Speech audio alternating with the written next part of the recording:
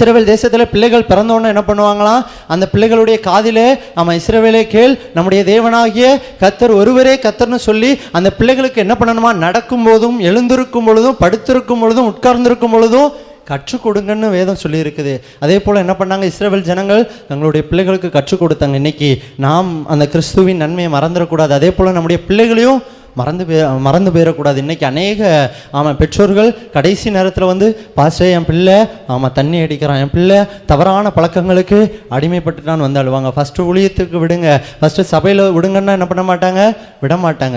என் பிள்ளை படிக்கணும், படித்து பெரிய ஆளாகணும்னு சொல்லி எல்லா காரியத்தையும் பண்ணுவாங்க. பிள்ளைகளுடைய படிப்பில் கவனம் செலுத்துவாங்க. நல்லது, பிள்ளைகள் படித்து நல்ல ஒரு இடத்துல இருக்கிறோம், அதெல்லாம் நல்லது தான். அதை விட காட்டிலும் பெரிய பாக்கியமாக இருக்கிற அந்த ஊழியத்தில் தங்களுடைய பிள்ளைகளை என்ன பண்ணணும், ஈடுபடுத்தணும். ஆரம்பத்திலே கர்த்தருடைய பிரசன்னத்தில் என்ன பண்ணணும், பிள்ளைகளை நாம் வளர்க்க பழக கர்த்தர் நமக்கு உதவி செய்வாராக.